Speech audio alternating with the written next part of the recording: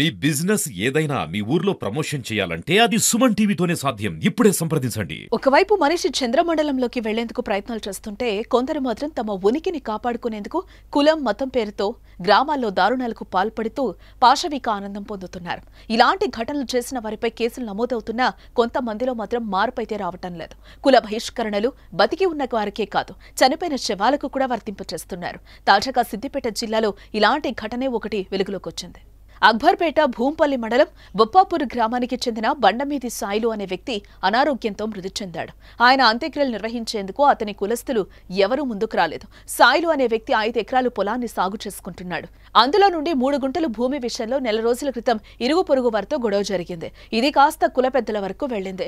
ఆ భూమి విషయంలో కులస్తులతో గొడవ జరిగింది. దాంతో సాయిలు కుటుంబాన్ని కుల బహిష్కరణ చేశారు.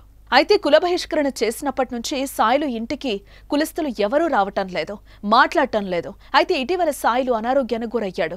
ఈ క్రమంలోనే తీవ్ర అస్వస్థకు గురైన సాయిలు నిన్న మృతి చెందాడు. కాగా ఆయన మృతదేహాన్ని చూడటానికి కూడా కులస్తులు ఎవరూ రాలేదు. ఆయన అంత్యక్రియలో ఎవరూ పాల్గొనొద్దని కులస్తులు తీర్మానం చేశారు.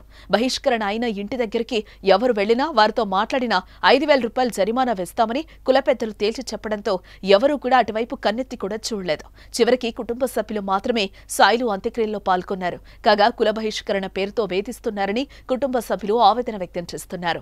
ఈ కాలంలో కూడా కుల బహిష్కరణ పేరుతో వేధింపులకు గురిచేయటం ఏంటని, కనీసం చచ్చిన శవాన్ని కూడా తాకొద్దని రూల్స్ పాస్ చేయడంపై స్థానికులు ఆగ్రహం వ్యక్తం చేస్తున్నారు. మా బంధువులు గ్రామం బొప్పాపూర్ గ్రామం మా బంధువులు నిన్న మధ్యాహ్నము 12:30 నుంచి 1 గంట మధ్యలో చనిపోయిండ్రు.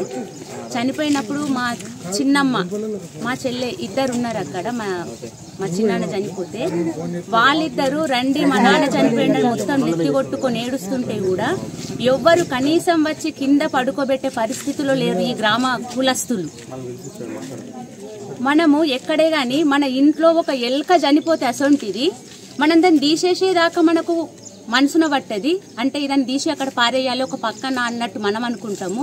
పక్కన ఒక కుక్క చనిపోతే ఎవరినో పిలిపించుకొని ఆ కుక్కను తీసేపించుకుంటాము. అట్లాంటిది ఒక మనిషికి మానవత్వం లేకుండా ఈ విధంగా ఈ గ్రామ సభ్యులు ఈ గ్రామ కులస్తులు పగబట్టినట్టు చేయడము ఇది కరెక్ట్ కాదు అని నేను అనుకుంటున్నా. దానికి మీరు ఎలాంటి న్యాయం చేకూరుస్తారో, ఇట్లాంటిది ఈ గ్రామంలోనే ఉందా, ఇంకా వేరే గ్రామంలో కూడా ఉందా, ఒకవేళ ఇట్లాంటిది ఈ గ్రామంలో కాకుండా ఇంకా వేరే గ్రామంలో ఉన్నా ప్రజలు మారాలి. అన్ని విధాలుగా మారుకుంటూ వస్తున్నప్పుడు చిన్న చిన్న గ్రామాలలో ఎందుకు ఇట్లా కుల వ్యవస్థను అడ్డు పెట్టుకొని మారుతలేము?